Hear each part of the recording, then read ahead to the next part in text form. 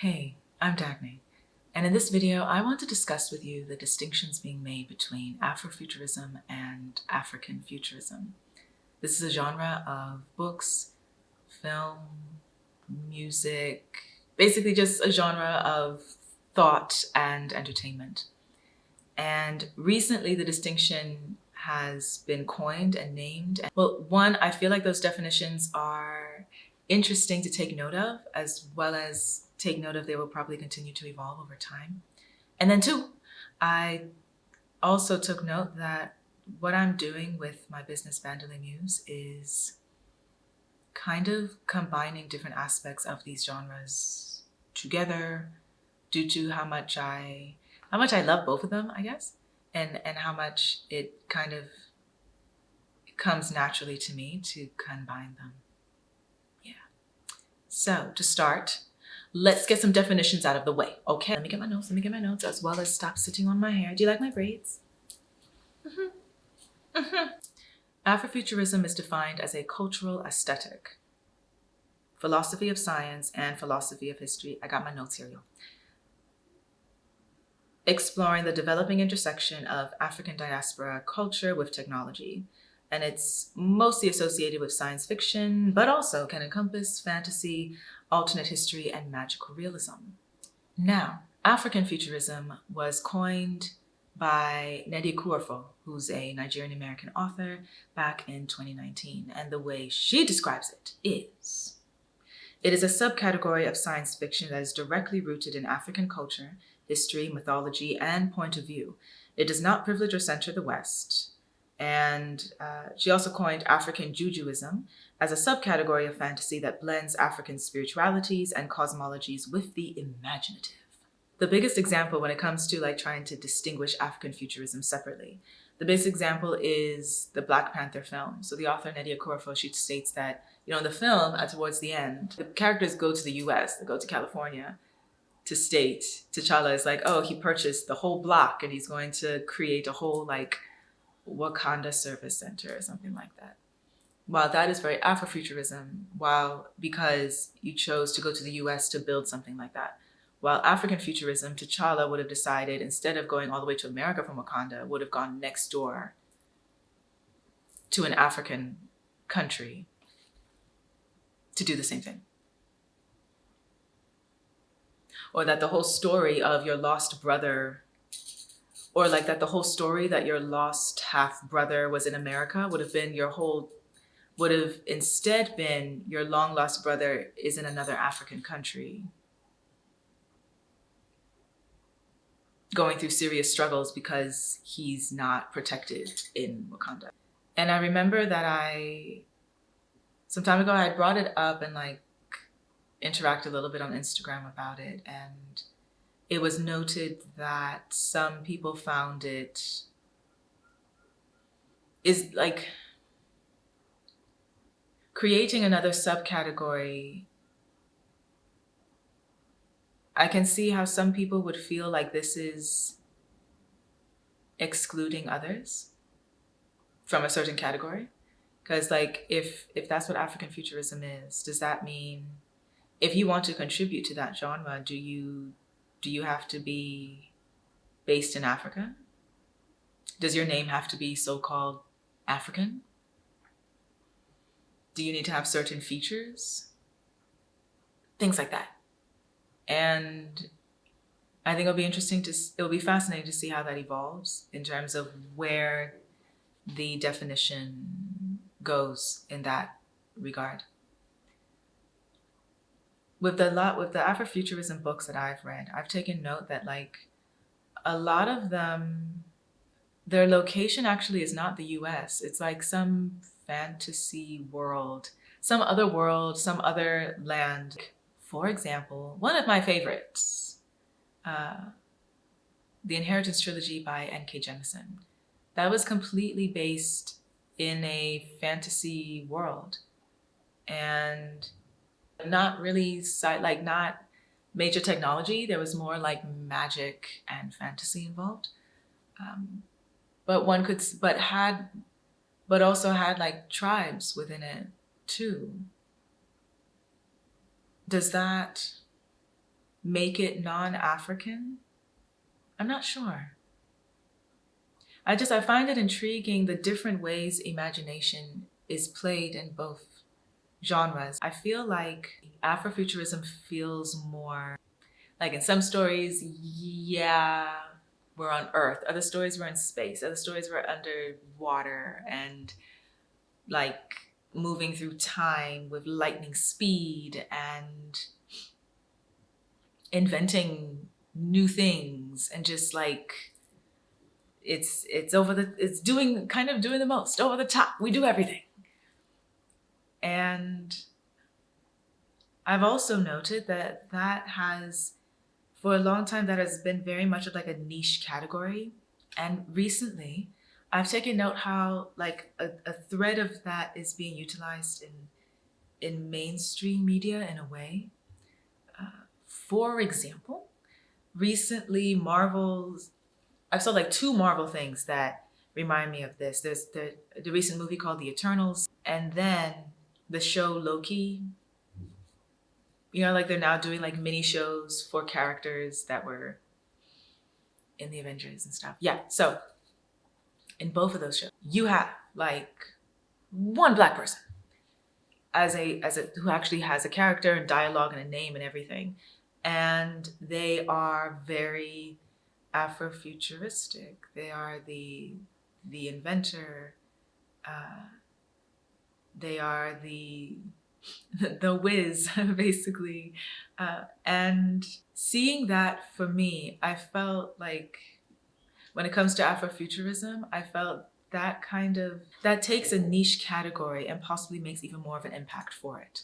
Since Afrofuturism is so expansive and really pushing the imagination to reclaim history and rewrite what certain demographics have been deprived of, to bring that into a mainstream film where one is hoping that at least those who are younger or those who maybe don't know of this niche will be drawn to it or be exposed to it because you have part of it in the story.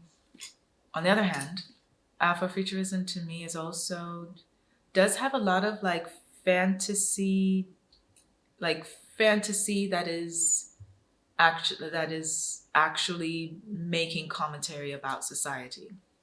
For example, the book I'm currently reading right now is The Gilded Ones by, hold on, Namina Forna. And yes, I have it here because I love isn't this beautiful? Look at the cover. Like, oh my, like art. Anyway, so yes, I think I would consider this Afrofuturism, but there are no robots. We're not in space. There is no like, I'm not sure if one would consider it sci-fi. Because the premise of the book, I'm not going to tell you how it ends. I'm still reading it, so I don't even know how it ends yet. But the premise is that the main character is in a fantasy world. So at the beginning, I was kind of a little challenged trying to figure out like where are we located, you guys? What's the time period?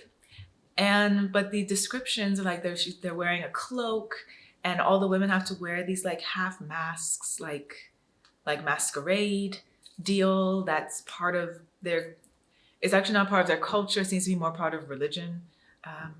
And there's a certain, the reason why it's called the Gilded Ones, part of the reason is that there's a certain ritual that happens for girls when they turn 16. And they're tested for their purity. And this purity is tested they get cut. And if they bleed red, that means they're pure. And they get a mask to wear, and now they're eligible to be married or whatever. And you get the sense like everyone's town, like the town that she's in, it is like, it gives small town vibes. If you are impure, you bleed gold. Now,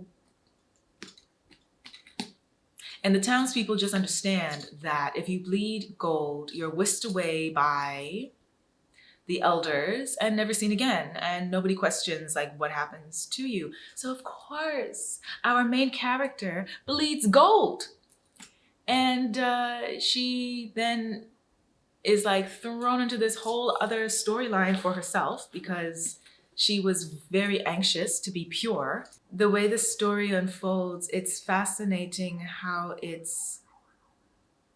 I see that there's a parallel of deeper meanings, because this whole concept of the girl, of people being pure, impure, and it being determined by so-called history that's being pushed by the elders who are completely religious, as in it's not just like the townspeople elders, like all of these people are your religious elders who are insisting that this is how we do things. And so everyone's just taking it as gospel because they said this is what we have to do. But then you kind of get the sense this is a way for them as an excuse to continue to just brutalize or oppress people who are different from them. Because when you're bleeding gold, like this character, she's just like better. Like she's healthier, she's stronger, she can see in the dark, she can sense things. Like you're just better than the other townspeople who are bleeding red and can't sense anything. But that means she's an outcast. And initially, the elders basically whisked her away and were basically bleeding her out to use her blood to sell, because it's actually gold. So you can sell it and be rich off of it. The weird thing, or the other amazing thing about her is that like she can't die. So you bleed, like they'll like stab her and take her blood, and then like the mark just whoop, it just like disappears and she's awake again. And it's like, what, like Wolverine vibes. So which of course that makes the elders think, oh my gosh, she must really be a demon.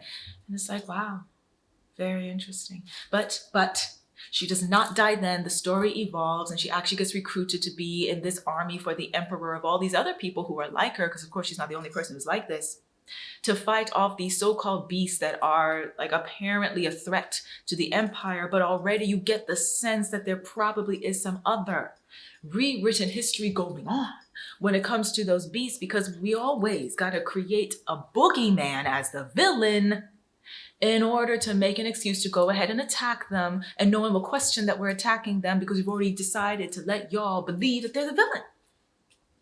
Do you see how a very simple fantasy, a very beautiful fantasy, totally is also giving some commentary on like all kinds of other aspects and characteristics of society, right?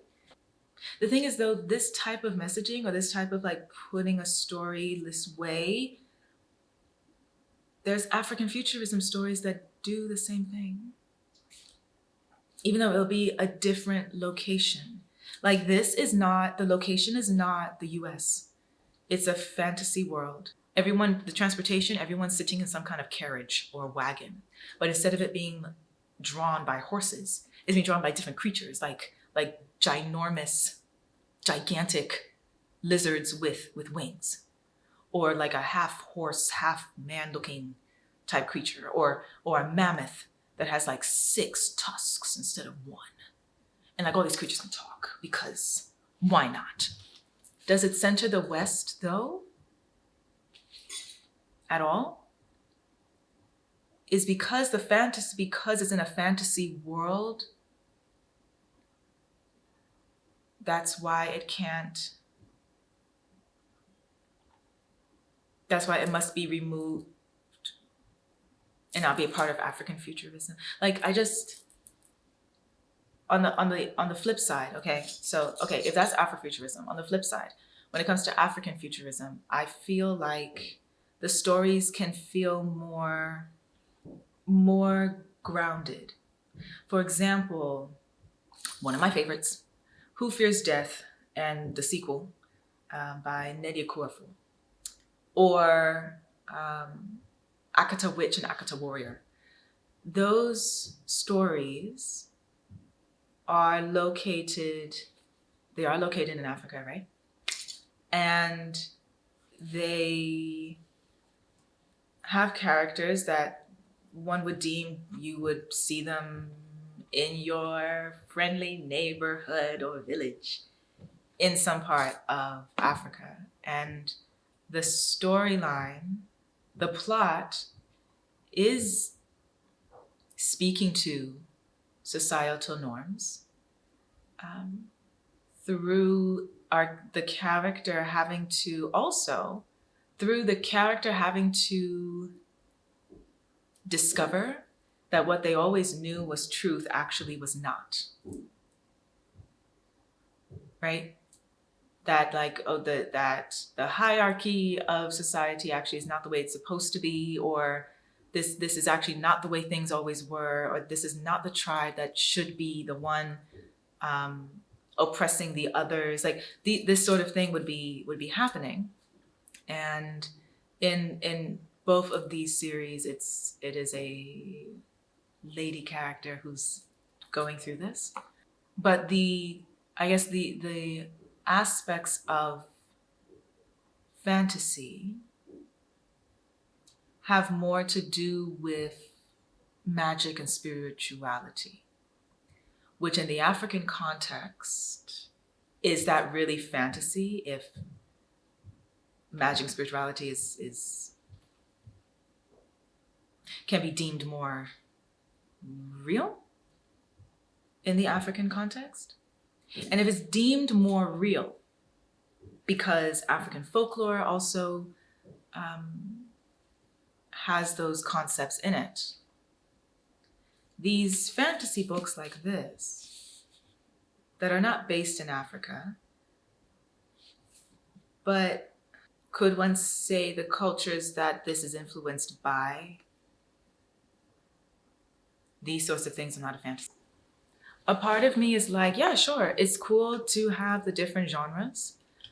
But then that also makes me wonder, like, okay, so do we have Afro-Brazilian futurism? Do we have Afro-Mexican futurism? Do we have Afro-Indian futurism? Do we have Afro-South Korean futurism? Like, like, is that a thing? Could that be a thing? Is that already a thing? Since Afrofuturism is giving more primarily just like the authors from the US, or the stories are supposed to be primarily from the US, can we incorporate those other stories too? Does other stories exist? Because I would be fascinated to see, like, well, what would an Afro-Mexican futurism look like? Because there is an Afro-Mexican population who has a varied history. What would their perspective be on what futurism would look like for them? What sort of concepts would they be focused on? It's interesting, very interesting.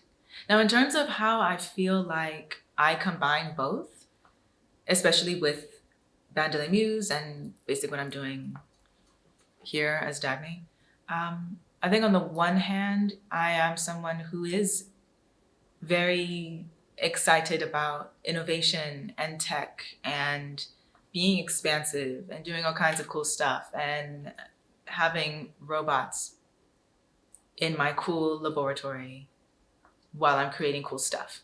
Yes. And I am into time travel, and I think it's cool and interesting to have a story where you go into the past to shake things up, to possibly change what happens in the future. Why not? Why not? At the same time, I have been creating and writing based in Africa, and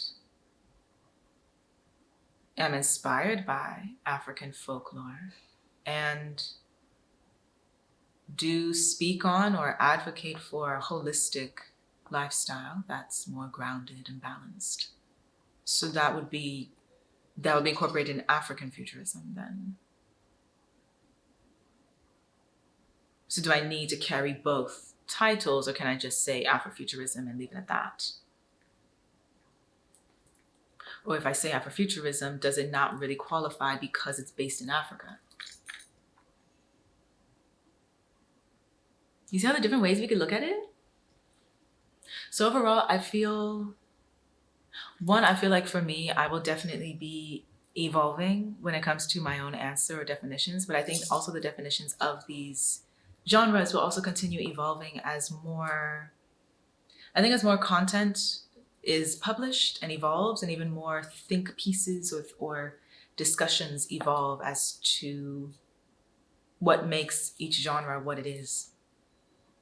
And when people are creating, do you create with that genre in mind already? Or do you create and then after that, choose which genre fits what you have created? If you would like to dive deeper in it, because of course I dived deeper in it, I wrote an article about it at bandelemuse.com. Yes, Bandele Muse does have its own website since the last time I posted a video telling you about it. So it does have a blog or journal section, which I am writing pieces for. So that post is already there, and I dive deeper on the definitions as well as giving you resources and links of other works in those genres that I think you should totally check out. And while you're there, I also invite you to join the Bandele Muse newsletter. That's where you get basically first dibs on everything, as well as one-on-one interaction and experience with me, because I really enjoy and appreciate one-on-one interactions. And that's where not only do I share behind the scenes, but also lessons and reflections that I'm going through too. So you can join there as well. In terms of this topic, I of course would love to hear from you. Are there any other perspectives that you would like to add? Or what do you think of these two distinctions, or even expanding the genres even more to incorporate other aspects of the diaspora and futurism content and imagination? Share with me in the comments so we can continue the conversation. Thank you so much for watching. Be safe. I'll see you next time. Oh, I forgot to mention, wait a minute. Oh, I am wearing Bandele Muse products in this video. Like what? So these earrings are Bandele Muse, and this arm of jewelry is Bandele Muse. Thank you so much for watching.